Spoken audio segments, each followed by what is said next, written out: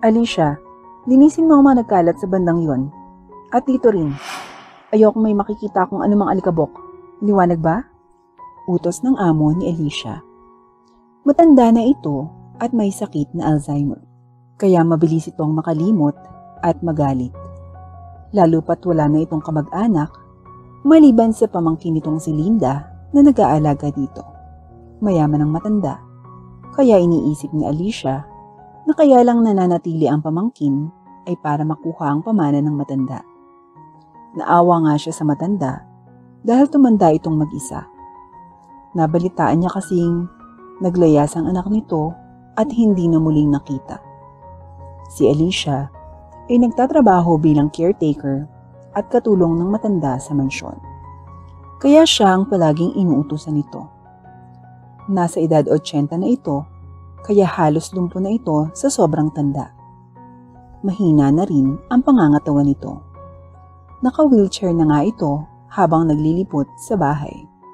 At halos nakaratay na rin ito sa kama. Ipagluto mo rin ako ng lugaw. Ayoko nang maalat ha. Gusto ko yung mainit at masarap. Utos pa nito. Opo, Lola. Opo. Sagot ni Alicia habang naglilinis. Bakit ayaw mo pang kumilos? Ipagluto mo na ako. Sigaw pa nito kay Alicia. Saglit lang po, Lola. Naglilinis pa ako. Sagot naman ni Alicia. Bigla namang nagalit ang matanda. Aba, sumasagot ka na? Wala ka talagang kwenta. Magluto ka na doon, gutom na ako. Sigaw ng matanda. Napabuntong hininga na lang si Alicia. Opo, magluluto na po ako. Kahit hindi pa siya tapos maglinis, ay iniwan na niya ang ginagawa at nagpunta sa kusina. Kumuha siya ng mga sangkap at nagluto ng lugaw. Ilang oras pa bago naluto ang lugaw.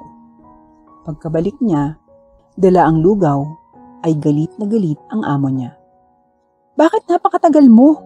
Gutom na ako. Sigaw nito. Pasensya na po. Eto na po yung lugaw niyo. Gusto niyo po bang subuan ko kayo? Sagot ni Alicia at lumapit sa matanda. Pagkalapit niya dito, ay tinabing nito ang hawak niyang lugaw, dahilan para matapon ang lugaw at mapaso si Alicia. Ayan kasi tatanga-tanga ka.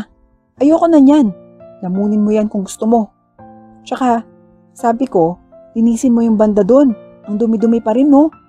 Sigaw ng matanda. Napasintido naman si Alicia.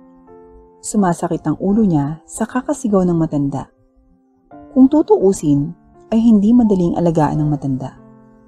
Pero tinitiis na lang niya ito dahil wala siyang matutuluyan kung aalis pa siya sa trabahong ito. Ulila na kasi si Alicia. Lumaki siya sa piling ng tatay niya, ngunit ang tanging pamilya niya na natitira ay namatay pa sa sakit.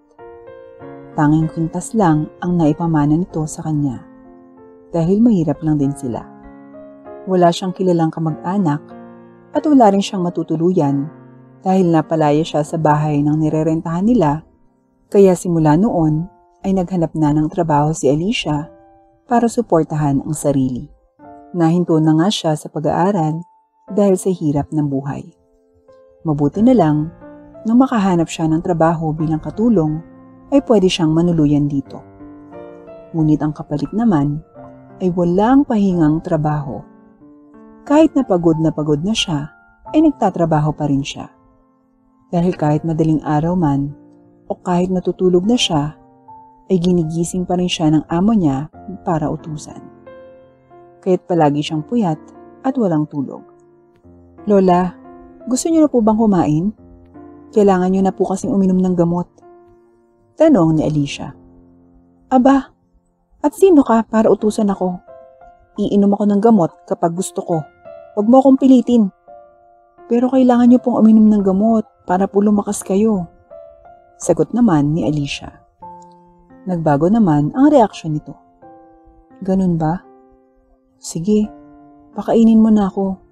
Gusto ko yung masarap ha. Tsaka ako iinom ng gamot. Natuwa naman si Alicia dahil nakausap niya ito ng matino. Sige po, ipaghahanda ko kayo ng masarap na pagkain. Masiglang saad ni Alicia. Kumuha siya ng pagkain sa kusina at iyon ang ipinakain sa matanda. Nagpapasalamat naman siya dahil hindi ito nagwala katulad kanina na sigaw ito ng sigaw. Ito na po yung gamot nyo. Ah! Saad niya sa matanda. Ngumanga naman ang matanda at ininom ang gamot. Ito po, inamin niyo po yung tubig. Dahan-dahan lang po baka mabalaukan kayo. Saad ni Alicia at pinainom ang matanda. Uminom naman ito. Napangiti na lang si Alicia. Inaantok na po ba kayo? Gusto niyo na po bang matulog? Tanong ni Alicia. Umalis ka na, matutulog na ako. Sigaw nito sa kanya. Sige po, good night po. Humiga naman ito sa kama. Hinintay muna ni Alicia na makatulog ito bago siya umalis. Nang masigurado ang tulog na ito, ay pumunta na si Alicia sa kwarto niya at nagpahinga na. Pagod na pagod siya, kaya agad naman siyang nakatulog. Sa kalagitnaan ng gabi, ay narinig ni Alicia ang bell. Kahit antok na antok pa, ay agad siyang bumangon at agad na nagpunta sa kwarto ng amo niya. Pagkarating doon, ay agad siyang inutusan nito. Ikuha mo nga ako ng maiinom, nauuhaw ako. Utos nito. Agad namang kumuha ng isang basong tubig si Alicia sa kusina. Pagkatapos ay bumalik siya sa kwarto ng matanda. Ito na po ang tubig niyo. Bigla namang tinabig ito ng matanda. Bakit tubig? Gusto ko juice. Ang bobo mo talaga. Sigaw nito. Tumangulang si Alicia. Sige po, saglit lang. Saad ni Alicia at bumalik sa kusina para kumuha ng juice. Ininom naman iyon ng matanda nang ibinigay niya dito. Wala na po ba kayong iuutos? Wala na. Sige na, umalis ka na. Saad ng matanda. Bumalik na siya sa kwarto niya para matulog. Ngunit wala pang isang oras ay nakarinig na naman siya ng bell. Agad siyang bumangon at nagpunta sa kwarto ng matanda. Linisin mo nga doon. Ang dumi-dumi doon. Wala ka talagang kwenta. Hindi mo nililinisan tong kwarto ko. Paano na lang pag nagkasakit ako? Galit na saad ng matanda. Pagod man, ay sinunod na lang ni Alicia ang utos nito. Nilinisan niya ang sulok na pinapalinis ng matanda. Ayos na yan. Sige na, umalis ka na. Utos ng matanda. Umalis na si Alicia sa kwarto, pero hindi na siya bumalik sa kwarto niya dahil alam niyang uutusan na naman siya ulit nito. Umupo na lang siya sa labas ng kwarto nito hanggang sa hindi niya namalayan na nakatulog na pala siya sa sobrang pagod. Kinabukasan, ginising siya ng kapwa niya katulong dahil magtatanghali na. Buti natitiis mo yung matandang yan. Grabe makapag-utos yan. Walang tumagal dyan, ikaw lang. Saad ng katulong. Napangiti lang si Alicia. Ayos lang naman po sa akin. Parang pamilya ko na rin po si Lola. Sagot naman niya dito. Ang bait mo namang bata. O sige na, magtrabaho ka na at baka mapagalitan ka pa. Natauhan naman si Alicia at agad na bumangon.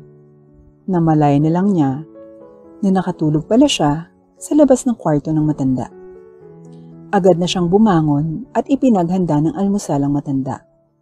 Kahit na masungit ito sa kanya at lagi siyang sinisigawan, ay parang pamilya na rin ang turing niya dito.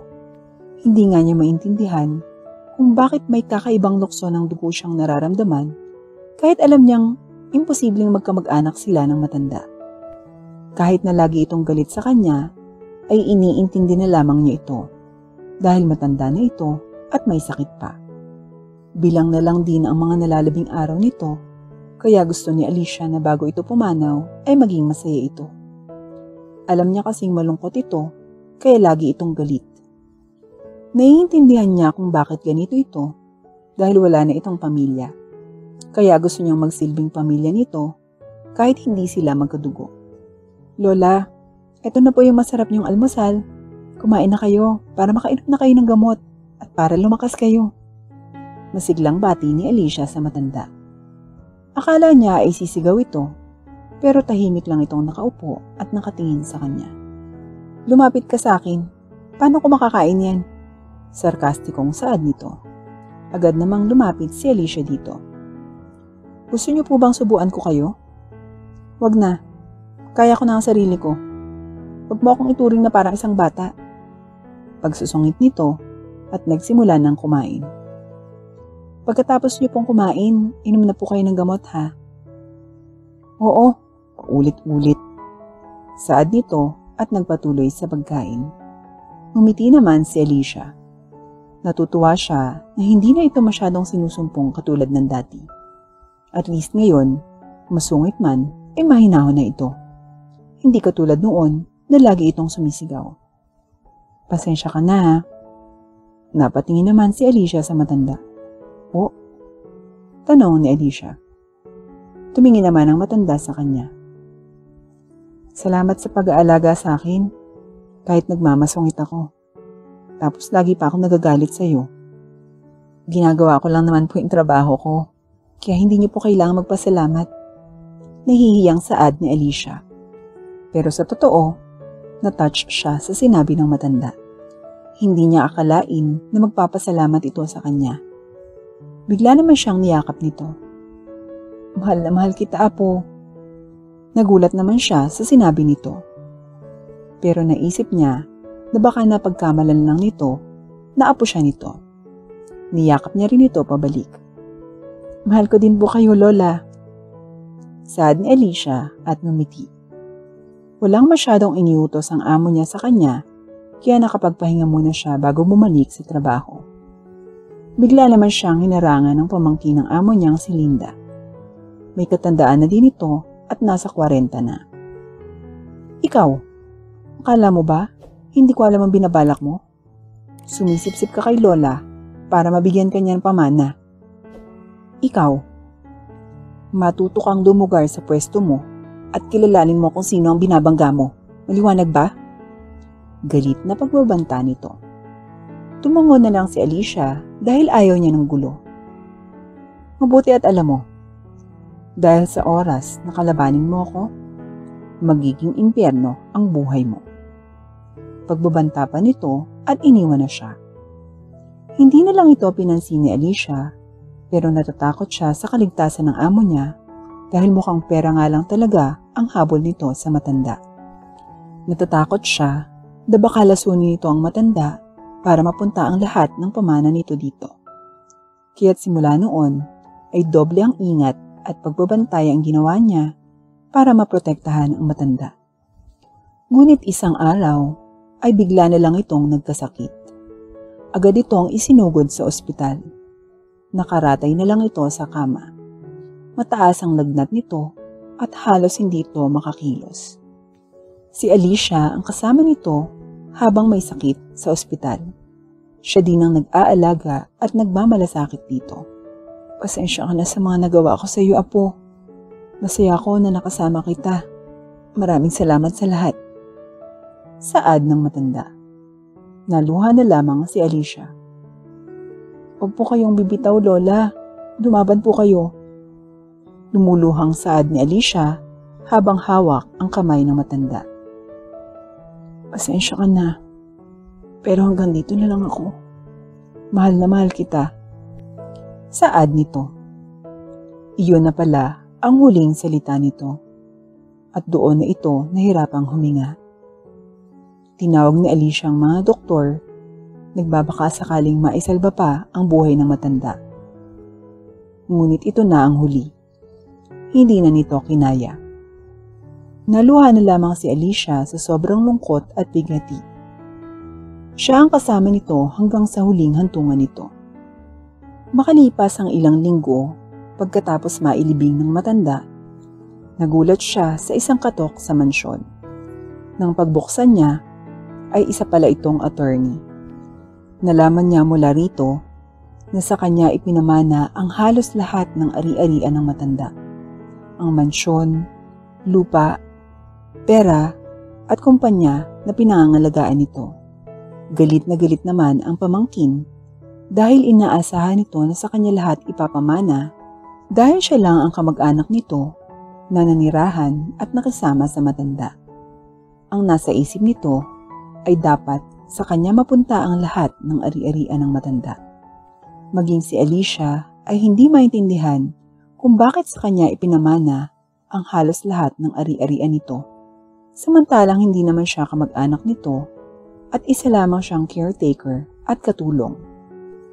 Ayaw naman niyang ibigay ito kay Linda dahil alam niyang walang magandang bagay na gagawin ito sa perang makukuha nito. Dahil galit na galit ang pamangkin ng matanda na si Linda, ay gumawa ito ng paraan upang makuha ang ipinamana kay Alicia. Nag-hire ito ng lawyer para makuha ang mga ito. Nagtagumpay naman si Linda at nakuha ang ipinamana kay Alicia. Walang magawa si Alicia dahil hindi niya maipaglaban ang karapatan niya. Ang natira na lang sa kanya ay ang lumang bahay ng matanda. Inisip na lang niya na ayos na rin ang bahay na natira sa kanya dahil kahit papano ay may matutuluyan siya. Hindi rin naman siya sanay sa marangyang buhay. Madumi na ang bahay na natira sa kanya at mukha ng abandonada, ngunit nilinis at ipinaayos niya ito para maging maayos ang bahay. Sa kalagitnaan ng pag-aayos ay may nakita siyang lumang kahon. Binuksan niya iyon at nakita niyang puno ito ng mga lumang litrato at mga dokumento. Tiningnan naman niya ang ilang litrato at nagulat na lamang siya nang makita ang larawan ng kanyang ama sa loob ng kahon. Katabi nito ang amo niyang matanda. Naguluhan naman siya kung bakit magkasama ang dalawa sa larawan at mukhang matagal na panahon na itong kinuhanan. Tiningnan niya ang likod ng larawan at nagulat siya sa nakita. My beloved son, nakasulat sa likod. Naghalukay pa si Alicia sa laman ng kahon at marami siyang nakitang larawan ng kanyang ama at ng amo niyang matanda na magkasama. Nakita niya din ang larawan ng kwintas na ipinamana ng kanyang ama na suot ng amo niyang matanda. Nagulat na lamang siya nang makita ang larawan niya noong sanggol pa siya kasama ang magulang niya at ang amo niyang matanda. Doon niya napagtanto na ang amo niya pala ay ang lola niya. Naluha na lamang siya sa nalaman. Kung ganoon, ay pamilya niya pala ang kanyang amo. Lola niya pala ito. Nakita niya ang mga dokumento sa kanyang tatay. Dahil dito, ay napagdesisyonan niyang ipaglaban ang karapatan niya at bawiin ang pinamana sa kanya dahil nararapat lang sa kanya iyon dahil siya ang tunay na apo. Nakipagtulungan siya sa pinakamagaling na abogado at ipinaglaban niya ang karapatan niya para mabawi ang pamana sa kanya. Ipinakita niya at pinatunayan na siya ang apo ng kanyang lola. Hindi naman makapaniwala ang pamangkin. Naipanalo nila ang kaso at napunta ang lahat ng mana kay Alicia at walang natira kay Linda. Galit na galit naman ito sa kanya pero wala na itong nagawa dahil siyang may karapatan dahil siya ang tunay na apo. Ginamit naman ni Alicia ang pera para tumulong sa mga nangangailangan. Nagpatuloy rin siya sa pag-aaral at nakapagtapos. At ngayon ay masaya na siya at kontento sa kanyang buhay.